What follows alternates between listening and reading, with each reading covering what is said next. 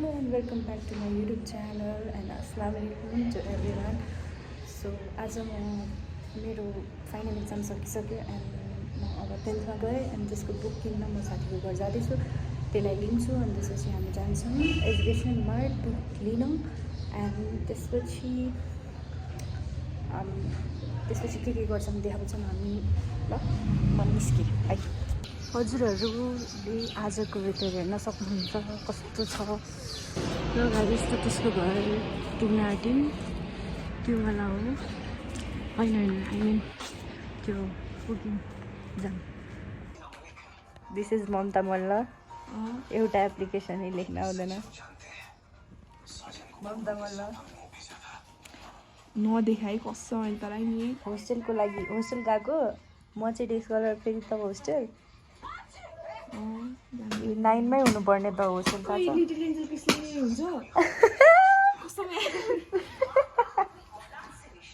हुँदैन यार उयो मैले फेरि मिस्टेक लेखेँ खै के हो यो यसलाई ए एन्जल्सको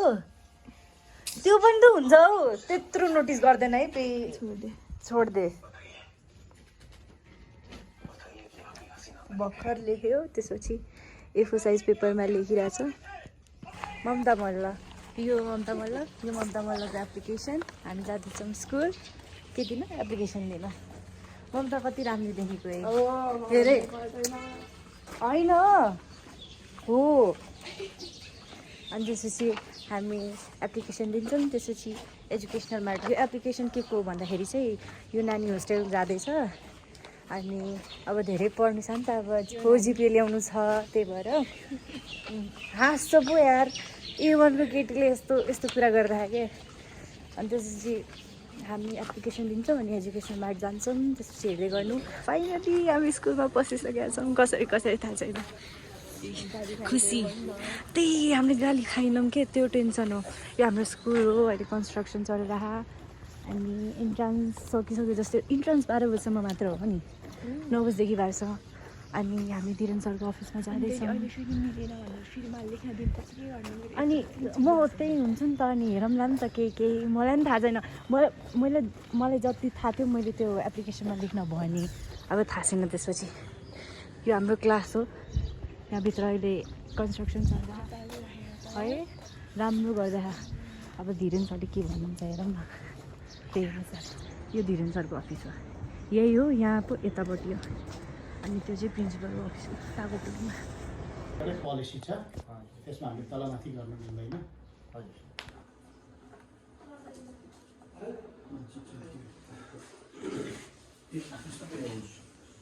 अफिसबाट भर्खर निक्ल्यौँ हामी यसले यार मैले पनि हेरिनँ कि माथिदेखि लेखेको छ नि तल अर्को पेपरमा मैले राइट लेखेको थिएँ हो तल छिट लेख्दा मिस्टेक कस्तो बेइज्जत हान्यो बोर्डरको स्पेलिङ चाहिँ के हो यस्तो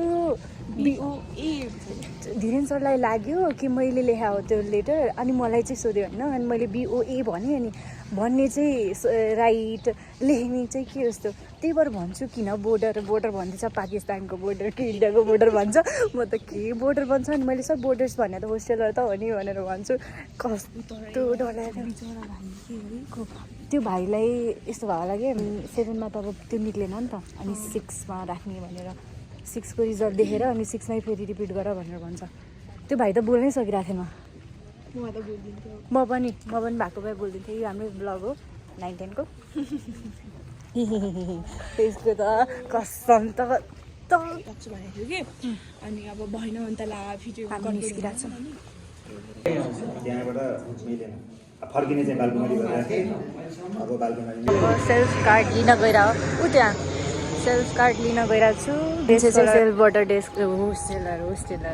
अब ट्रान्सपोर्टेसन जान्छौँ हामी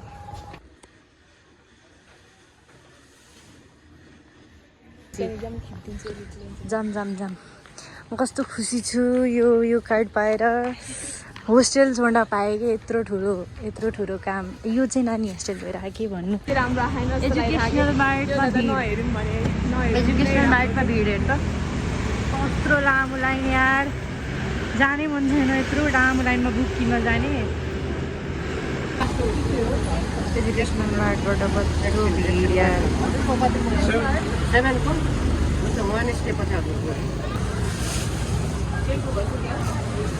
यो सबै हो, सबै पुग्छ है। जाम कत्रो भारी के रिक्स लिली त्यो पुलबाट गइरहँ गाडी नै गाडी त्यही उपरहरू छ योभन्दा माथि यहीँ यसको माथि चाहिँ कम त भारी छ यो नेटको त्यहाँ प्रब्लम हुन्छ क्या थियो यो कस्तो लाग्यो यो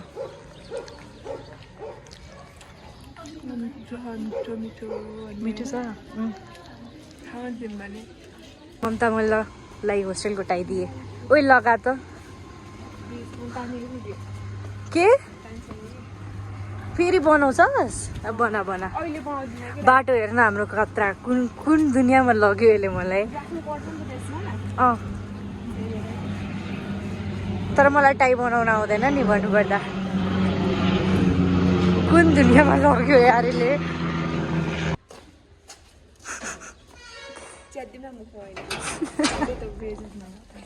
तेरो बेजत तेरो रियालिटी हो के यो बुझिस् के किन्न गएर हो है ममता दुध किन भन् त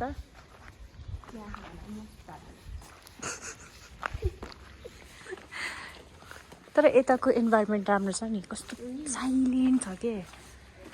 कस्तो हल्लै नहुने के काठमाडौँमा एयर पोल्युसन थियो नि त बढी आज पानी पर्यो आनन्द तर यता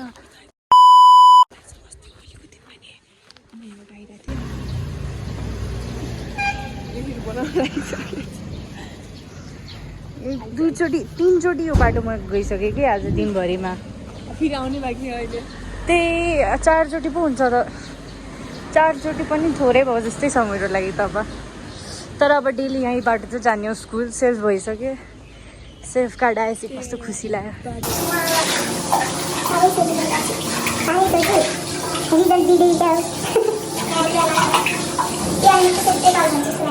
एमा पुग्छस् ल ढुक्क म ग्यारेन्टी दिँदैछु पुग्छस् के भनेर